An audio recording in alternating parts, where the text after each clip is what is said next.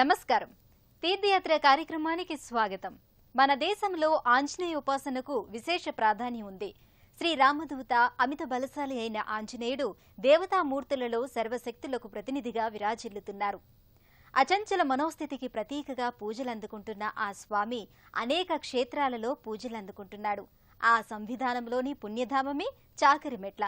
మెదక్ జిల్లా శివంపేట మండలంలో ఉన్న ఈ దివ్యధామంలో ఆంజనేయుడు సహకార ఆంజనేయ స్వామిగా నీరాజనాలందుకుంటున్నాడు. అతి పురాతన ఈ దివ్యాలయ విశేషాలను మనం ఇప్పుడు చూద్దాం రండి.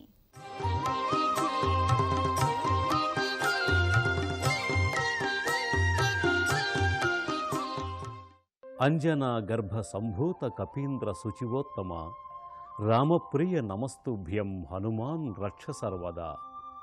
శ్రీరామదూత అపర బలశాలి అభీష్ట వరసిద్ధి ప్రదాత ఆంజనేయుడు భౌతిక రూపంలో వానరమూర్తే అయిన శక్తియుక్తుల ప్రదర్శనలో దైవత్వాన్ని చూపిన మహాతేజ పరాక్రముడు ఆంజనేయుడు. ఆ స్వామి భక్తాభీష్ట వరదుడై పలు రూపాలలో కొలువు తీరాడు.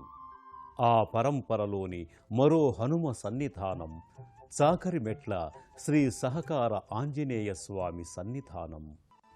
ఈ దివ్య సన్నిధానం మెదక్ జిల్లా శివంపేట మండలంలో ఉంది. హనుమంతుని పుణ్యస్థలిగా ఓ విహార యాత్రా స్థలంగా ఉన్న ఈ పుణ్యక్షేత్రం ప్రశాంతమైన వాతావరణంలో అలరారుతోంది. చక్కటి ప్రకృతి అందాలు ఈ ఆలయానికి సొబగులు అద్దినట్టుగా అగుపిస్తుంది. ఇక్కడ కొలువైన ఆంజనేయుడు స్వయంభువు. దీనికి సంబంధించి ఓ పురాణ కథ ప్రచారంలో ఉంది. పూర్వం చాకరిమెట్ల ప్రాంతమంతా కీకారణ్యం. ఆ కాలంలో అనేక మంది ఋషులు మునులు ఇక్కడ దివ్యస్థలిలో తపస్సు చేసుకునేవారట. ఇదే స్థలిలో మునులు ఆంజనేయ స్వామిని అర్చించేవారట. అలా ఆంజనేయ స్వామి భక్తజనుల కోరికలు తీర్చే కొంగు బంగారంగా విరాజిల్లుతున్నాడు. ఒకప్పుడు ఈ ప్రదేశమంతా దట్టమైన అటవీ ప్రాంతం. ఎలాంటి జనజీవాలు సంచరించని ప్రాంతం ఇది. ఆ కాలంలో ఇక్కడ మునులు సంచరించేవారట. తపోసిద్ధిలో మునిగి తేలేవారట. ఇక్కడ వెలసిన ఆంజనేయ స్వామి వారిని పూజించేవారట. అలాగే ఇక్కడ దట్టమైన అటవీ ప్రాంతంలో ఉన్న వీరశూల అనే ప్రాంతం నుంచి నీటి జలాలను తీసుకువచ్చి స్వామివారిని పూజించేవారట. అనంతరంతర కాలంలో వదాన్యులు భక్తులు ఈ ఆలయ అభివృద్ధికి కృషి చేస్తూ వచ్చారు. ఆలయ ప్రాంగణమంతా నిత్యం వేలాది మంది భక్తులతో రద్దీగా ఉంటుంది. ప్రధానాలయ గోపుర ప్రాకారాదులపై హనుమంతుని లీలా విశేషాలు తెలిపే అందమైన శిల్పాలు దర్శనమిచ్చి భక్తులలో భక్తిభావాన్ని పెంచుతాయి. ఇతర ఆలయాలకు మళ్ళే కాకుండా ఈ ఆలయం భిన్నంగా వైవిధ్యంగా ఉంటుంది. ఇక్కడ కొలువైన ఆంజనేయ స్వామి గర్భాలయంలో కాకుండా ఓ ప్రాకార మంటపంలో దర్శనమిస్తాడు. ఈ మంటపంలోని ప్రాకారాలన్నీ హనుమంతుని శిల్పాలతో భక్తుల్ని మైమరపిస్తాయి. దేవాలయ ప్రాకారం పైన పద్మాసనంలో ఉన్న అంజనీసుతుడు కానవస్తాడు. మరోపక్క విఘ్నేశ్వరుడు కొలువయ్యాడు.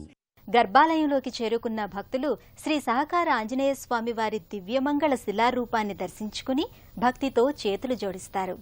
గర్భాలయమంతా నిత్యము శ్రీ ఆంజనేయుని నామస్మరణతో మారుమ్రోగుతుంది. అభీష్ట వరసిద్ధికై ఆ స్వామిని వేడుకుంటారు. ఇక్కడ కొలువైన శ్రీ ఆంజనేయుడు స్వయంభూ.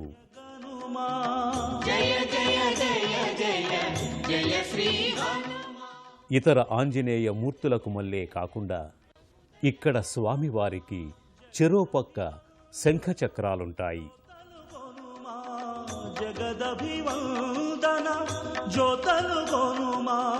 జయ హే జయ హే శ్రీమన్హనుమా జయ హే జయ హే శ్రీమన్హనుమా జయ జయ. ఒక చేత గదను మరో పక్క అభయవరద హస్తంతో సింధూర వర్ణంతో స్వామి కానవస్తాడు.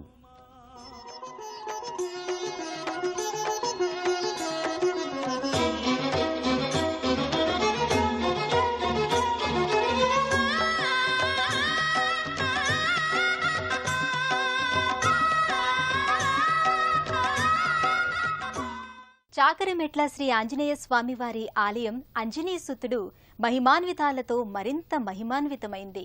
ఆకు పూజలు, హనుమత్ వ్రతాలతో పాటు ఇక్కడ స్వామివారికి రోజూ చేసే విశేష అర్చనలు అత్యంత నయనానందకరం. శ్రీ సహకార ఆంజనేయ స్వామి వారి ఆలయం శనివారాలలో వేలాది మంది భక్తులతో రద్దీగా ఉంటుంది. ఆ రోజు స్వామికి విశేషార్చనలు, అభిషేకాలతో పాటు హనుమత్ వ్రతాలు, హనుమత్ పూజలు నిర్వహిస్తారు. పూర్వం వీరశూల ప్రాంతం నుంచి తెచ్చిన మునులు అభిషేకించిన పవిత్ర జలాలతోనే నేటికీ స్వామివారికి అభిషేకాది అర్చనలు నిర్వహిస్తున్నారు. గర్భాలయంలో శ్రీ సహకార ఆంజనేయ స్వామిని దర్శించుకున్న భక్తులు అనంతరం ఇదే ఆలయ ప్రాంగణంలో ఉన్న మర్రి చెట్టు దగ్గరికి వస్తారు. అత్యంత మహిమాన్వితమైన వృక్షరాజంగా పేరుగాంచిన ఈ మర్రి చెట్టు పురాతన కాలం నుంచి ఉన్నట్టుగా చెబుతారు. అభీష్ట సిద్ధి ప్రదాయినిగా పూజలందుకుంటున్న ఈ వృక్షరాజానికి పూజలు చేసిన వారికి సంతాన ప్రాప్తి, సకలైశ్వర్యాలు సిద్ధిస్తాయంటారు.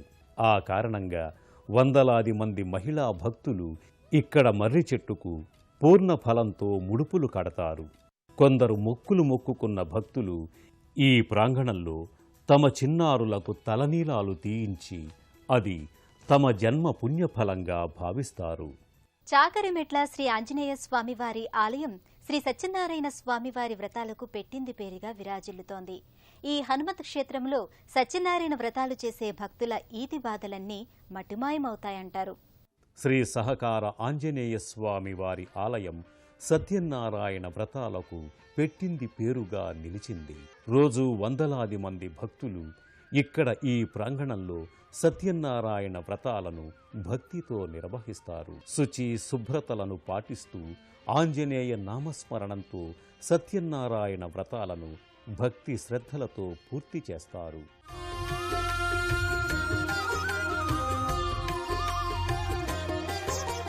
సత్యదేవు వ్రతము శుభము, సర్వ పాపహరము, దివ్యము.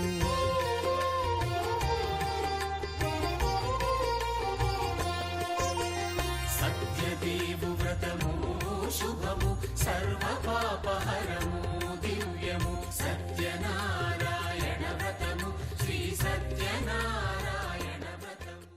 శివాంశ సంభూతుడైన ఆంజనేయ క్షేత్రంలో శ్రీహరికి వ్రతాలు, పూజలు జరుగుతుండటంతో ఈ క్షేత్ర మహిమ మరింత పెరిగింది. ఆ కారణంగా ఈ క్షేత్రం శివకేశవ ధామంగా విరాజిల్లుతోంది.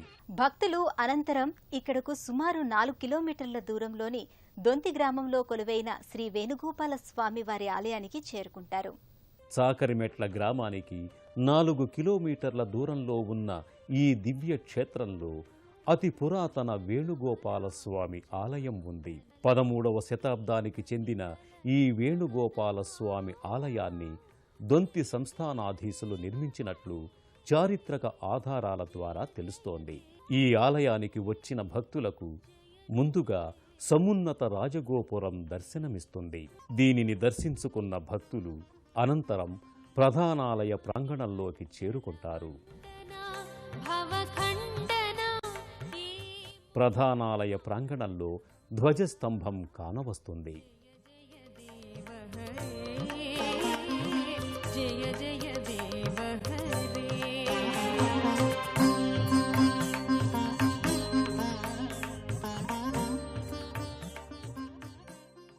దొంతి క్షేత్ర శ్రీ వేణుగోపాల స్వామివారి ఆలయం అతి పురాతనమైనది. 1324వ సంవత్సరంలో దొంతిదొరలు ఈ ఆలయాన్ని నిర్మించినట్లు చారిత్రక ఆధారాల ద్వారా తెలుస్తోంది. గర్భాలయములో శ్రీ వేణుగోపాల స్వామివారు రుక్మిణి సత్యభామ సమేతంగా దర్శనమిస్తారు. ఆ స్వామి దర్శనం అద్వితీయమైన ఆత్మానందాన్నిస్తుంది.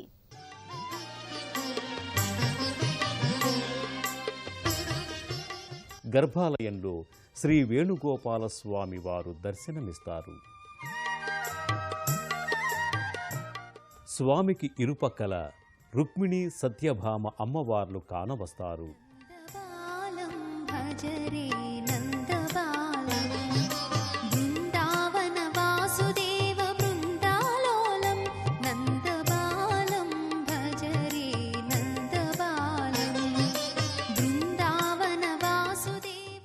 ఇతర ఆలయాలకు మళ్ళే కాకుండా ఈ ఆలయంలో శ్రీ వేణుగోపాల స్వామి 12 మంది ఆళ్వార్ల మధ్యలో కానవస్తారు. వైశాఖ శుద్ధ దశమి, వైకుంఠ ఏకాదశి తదితర పర్వదినాలలో ఈ ఆలయం వేలాది మంది భక్తులతో సందడిగా ఉంటుంది.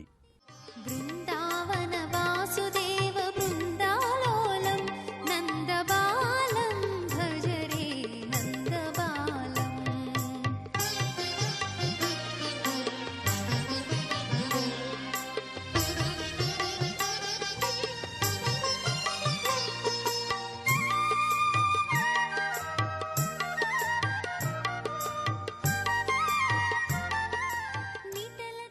అతి పురాతన ఈ దివ్యాలయంలోని శ్రీ వేణుగోపాల స్వామి దర్శనం పూర్వజన్మల పుణ్యఫలంగా భక్తులు భావిస్తారు. కృష్ణం నమ్మి కొలిచిన వారికి కొంగు బంగారమై కొలుపులందుకుంటున్న అంజనీపుత్రుడు ఆంజనేయుడు.